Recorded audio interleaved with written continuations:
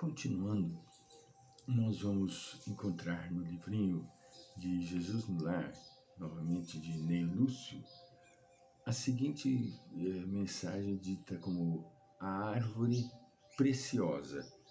É a mensaginha 46, a árvore preciosa. No vilarejo, conta Neio Lúcio que havia grandes dificuldades entre os moradores do pequenino vilarejo. E essas dificuldades trazia sempre desgastes e padecimento a todos os habitantes daquela pequenina vila.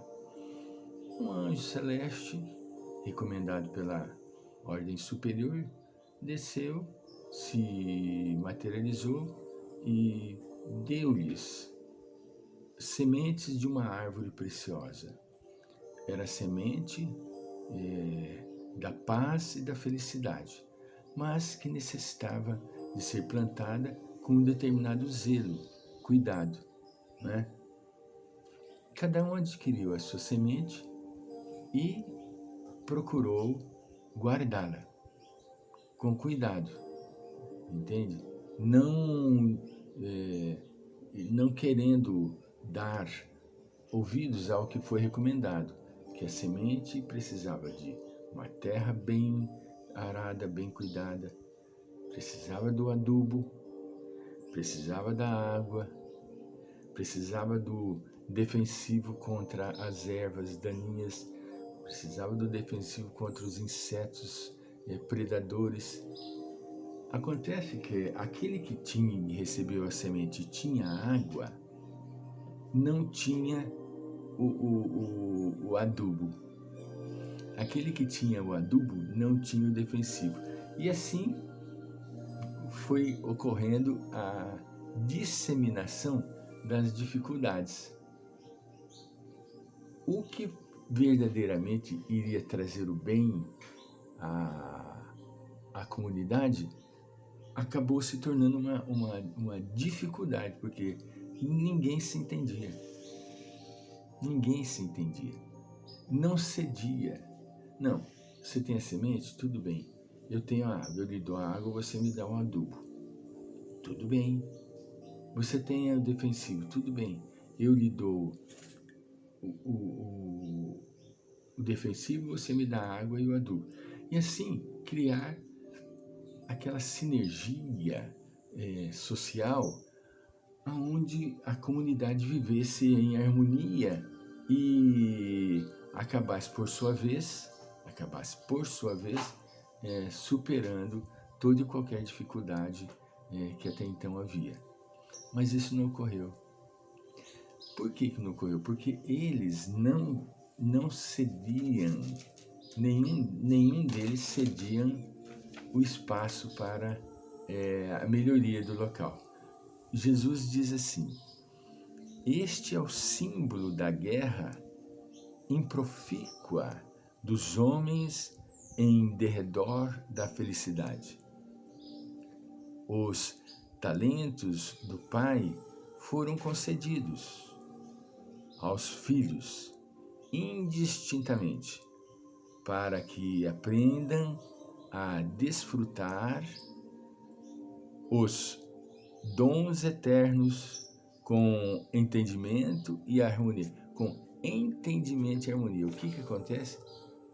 Não tinha entendimento e muito menos a harmonia. Isso que é uma tristeza, não é? Uns possuem a inteligência, outros a reflexão. Uns guardam o ouro da terra, outros o conhecimento sublime. Alguns retêm a autoridade, outros a experiência. Todavia, cada um procura vencer sozinho, não para disseminar o bem com todos através do heroísmo na virtude, mas para humilhar os que seguem a retaguarda. Olha que tristeza, isso é fato real. Isso é fato real. Ao invés de nós nos entreajudarmos, não, nós pegamos o que nós possuímos de melhor e guardamos para nós mesmos e tocamos para frente. Os outros que se viram. Eu estava semeando uma planta, melhor, não estava semeando uma planta, eu estava cerando uma pequenina planta, né, que nós plantamos aqui numa praça de árvores de todas as naturezas, né? Aí eu vi um senhor quebrando, cortando o galinho, também cuidando de uma outra plantinha. E perto da dele, tinha uma outra planta com os mesmos problemas daquela que ele estava cuidando. Entende? Aí eu cheguei e virei para ele e falei, o senhor vai também podar essa daqui? Ele falou, eu não.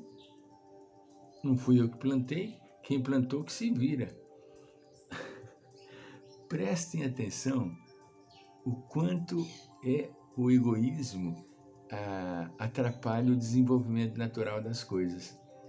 Ele estava fazendo um serviço nesta planta que ele plantou.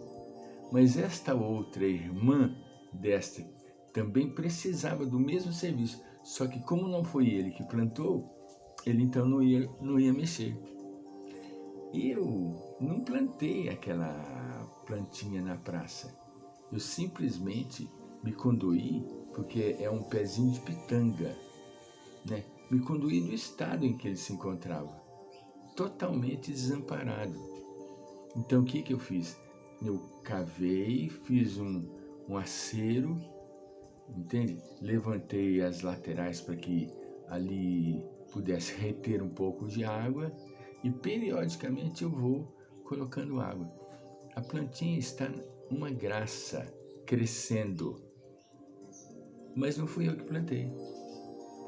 Eu não estou preocupado com isso. Estou preocupado que ela cresça e dê frutos, não para mim, para os pássaros ou para as pessoas que quiserem usufruir da pitanga, não é? Mas as pessoas são egoístas, completamente egoístas. Eu não vou mexer nisso. Não fui eu que plantei, deixe do jeito que está. É o símbolo das pessoas no mundo. Isso não é só aquele senhor, não. As pessoas no mundo. No mundo.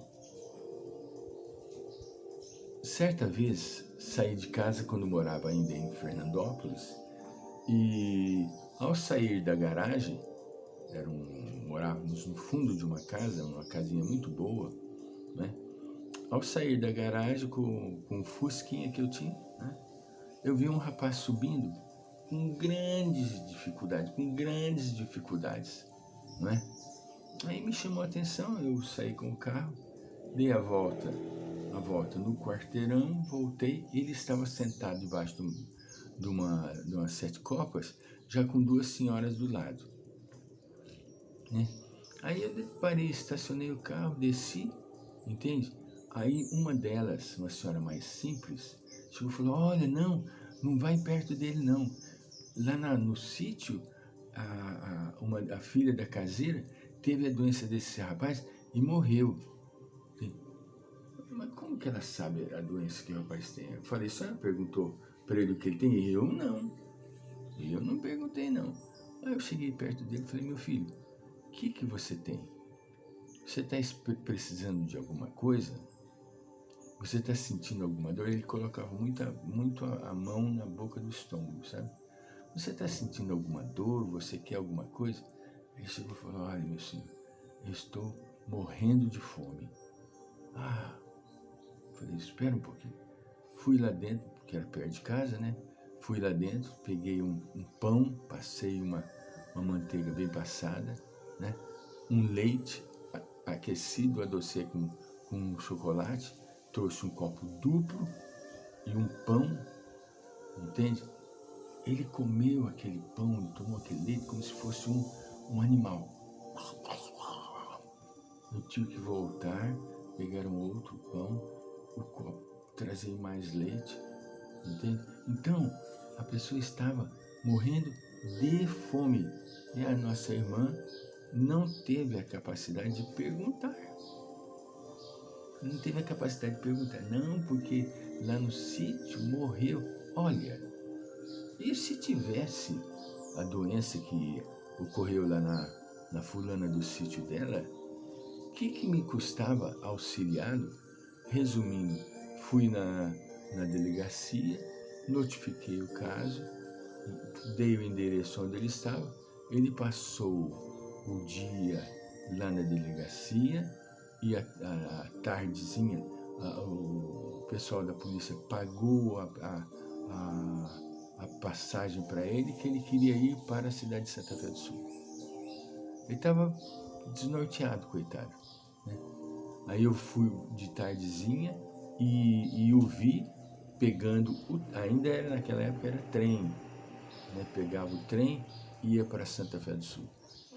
Bem, nós não podemos de forma alguma deixar de fazer o bem por causa de certos preconceitos. Vamos voltar.